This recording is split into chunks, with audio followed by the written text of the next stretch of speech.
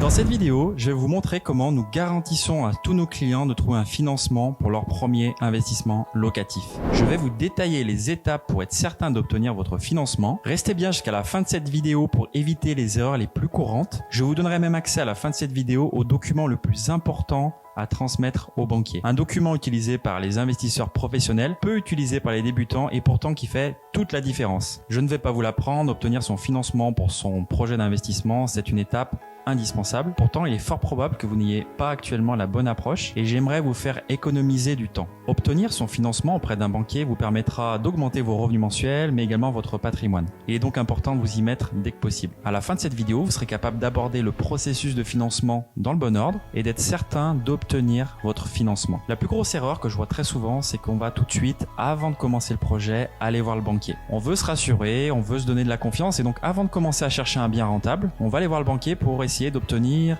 des informations, d'être rassuré, d'avoir une validation qui puisse nous suivre sur un éventuel projet. C'est une grosse erreur. En allant voir le banquier au démarrage avant toute chose, vous allez perdre beaucoup d'énergie. Pourquoi ? Premièrement, vous n'avez rien de concret à présenter à ce moment-là au banquier. Donc qu'est-ce qui va se passer souvent ? Vous allez faire perdre du temps au banquier, qui est peut-être une bonne carte à jouer pour vous, peut-être un banquier que vous connaissez, avec qui votre famille a déjà travaillé. Et il est fort probable également que le banquier vous casse un petit peu votre délire. Comme vous n'avez rien de concret à présenter, il va peut-être vous dire tout simplement c'est compliqué en ce moment, je suis pas complètement certain de vous financer. Et c'est normal, vous n'avez rien présenté de concret. Donc en fait, aller voir le banquier à ce moment-là, au tout début du projet, ça ne sert à rien. Vous allez perdre de l'énergie, vous allez faire perdre du temps à votre banquier. Et pire, vous pourriez même vous décourager, puisque en allant voir un seul banquier, vous pourriez vous dire, s'il me dit pas forcément oui sur le principe, ça veut dire que je ne pourrai pas être financé sur ce projet. Mon premier conseil, ça va être de vous limiter dans un premier temps à cette étape, à votre capacité de financement. Vous n'avez pas forcément besoin de rencontrer votre banquier à ce moment-là. Essayez simplement d'obtenir une fourchette de votre capacité de financement pour savoir quelle enveloppe vous pourriez viser sur votre projet.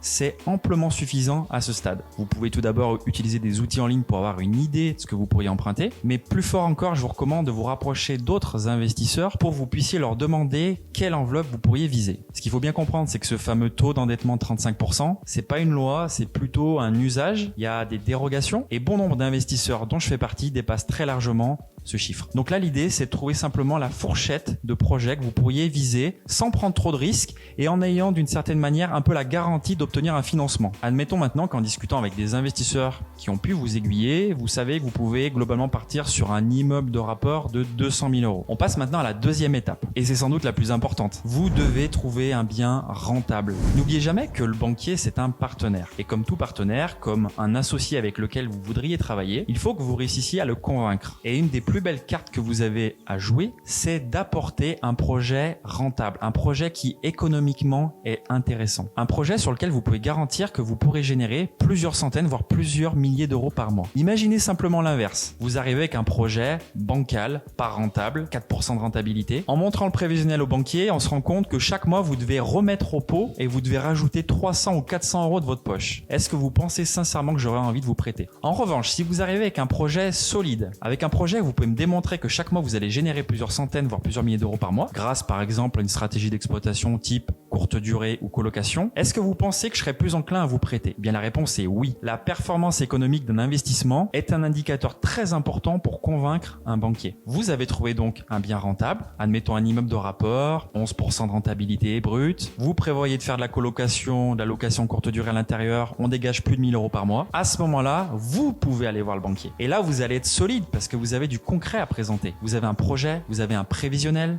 vous avez des plans, vous avez des attestations de valeur locative, vous avez peut-être déjà des demandes de locataires. Vous allez aller voir le banquier avec une certaine posture. Et ça, c'est le point numéro 3. C'est que vous devez aller voir le banquier avec la posture de l'investisseur. Souvent, quand on est investisseur débutant, on n'a pas forcément l'habitude de venir comme un entrepreneur. Souvent, le seul projet qu'on a pu faire, c'est souvent la résidence principale. Et en général, on va se cantonner à simplement des pièces qui justifient les revenus, la situation. Quand vous êtes investisseur, il faut tout de suite amener des éléments concrets, tangibles, qui prouvent que vous êtes un professionnel, en devenir certes, mais professionnel quand même. C'est la raison pour laquelle je vous conseille de bien vous préparer et de venir au rendez-vous avec un dossier bien fourni. Maintenant, une clé très importante. Beaucoup ont l'impression que quand on a un refus ou 2 refus bancaires, c'est qu'on n'est pas finançable. Je vais vous donner une bonne nouvelle. Si vous en êtes à votre premier projet d'investissement immobilier, dites-vous que si vous respectez tout ce qu'on a vu jusqu'à présent, vous avez de grandes chances d'obtenir un financement à partir du moment où vous êtes enclin à aller voir plusieurs banques. Quand je dis plusieurs banques, c'est peut-être d'aller en voir 10. Il est beaucoup plus simple de se faire financer un premier projet qu'un 10e projet. Parce qu'il n'y a pas que la capacité de financement, il y a également l'encours. L'encours, c'est la dette qui pèse sur votre tête. Et il est bien plus facile de se faire financer un premier bien que lorsque vous allez dépasser par exemple 1 million d'encours à la banque et où la banque pourrait considérer qu'il y a trop de risques sur votre tête. Je vous conseille vraiment de respecter ces 3 étapes. Donc je les résume une dernière fois. Juste se cantonner à la capacité de financement, ensuite trouver un bien rentable et enfin aller voir le banquier avec des éléments solides.